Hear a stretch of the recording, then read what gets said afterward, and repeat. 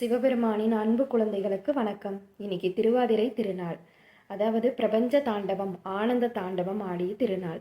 இந்த திருநாள் சிதம்பரத்தில் ரொம்ப சிறப்பாக கொண்டாடுவாங்க. இன்னைக்கு சிதம்பரத்தில் இருக்கக்கூடிய மரகதத்தால் ஆன நடராஜருக்கு இன்னைக்கு சிறப்பு அபிஷேகங்கள்லாம் நடக்கும். இன்னைக்கு ஒரே ஒரு நாள் தான் நடக்கும். இந்த அபிஷேகத்துக்கு அப்புறமா போடக்கூடிய சந்தன காப்பு தான் வருடம் முழுவதும் இருக்கும். இந்த திருவாதிரைக்கு என்ன அர்த்தம், எந்த காரணம் இருக்குது அப்படின்றது தெரிஞ்சுக்கலாம் வாங்க. அதாவது ரொம்ப வருஷங்களுக்கு முன்னாடி, ரொம்ப பல்லாயிரக்கணக்கான வருடங்களுக்கு முன்னாடி வைகுந்தத்தில் இருக்கக்கூடிய பெருமாள், அவர் ஆதிசேஷனுடைய மேலே தானே படுத்திருப்பார், சையன கோலத்தில் இருப்பார் இல்லையா. அவர் சிவபெருமானுடைய ஆனந்த தாண்டவத்தை பற்றி சந்தோஷமாக ஆதிசேஷன் கிட்ட சொல்லிட்டு இருந்திருக்காரு. இதை கேட்ட ஆதிசேஷனுக்கு ஒரு ஆசை வந்துருச்சு, தானும் அந்த திரு தாண்டவத்தை பார்க்கணும் அப்படின்னு சொல்லி. அதுக்காக அவர் வழிமுறைகளை கேட்குறாரு பெருமாள் கிட்ட.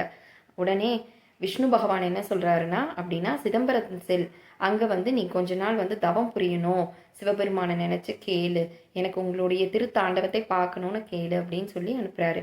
அதை கேட்ட ஆதிசேஷனும் பதஞ்சலி முனிவர் உருவம் கொண்டு சிதம்பரத்துக்கு ஒரு தவமெல்லாம் செஞ்சு சிவபெருமானுடைய திருநடனத்தை காண்றதுக்காக ஆவலா இருக்காரு.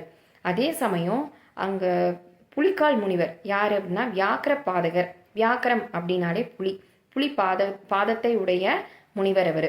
அவர் ஏன் பாதம் வச்சிருக்காருன்னா, சிவபெருமானுக்கு மலர்களை விடியற் காலையில போய் கொய்து வரணும். அந்த மலர்கள் மரத்துல எல்லாம் இருக்கும் இல்லையா, புலிக்கால் இருந்தா ஈஸியா ஏறலாம். அதுக்காக புலிக்காலா வச்சிருந்தாரு. அதனால அவர் பேரு வியாக்கர பாதகர். 2 பேருடைய பக்தியை மெச்சு சிவபெருமான் கருணை கடல் அவர் உங்களுக்கு என்ன வரம் வேணும் அப்படின்னு கேட்குறாரு.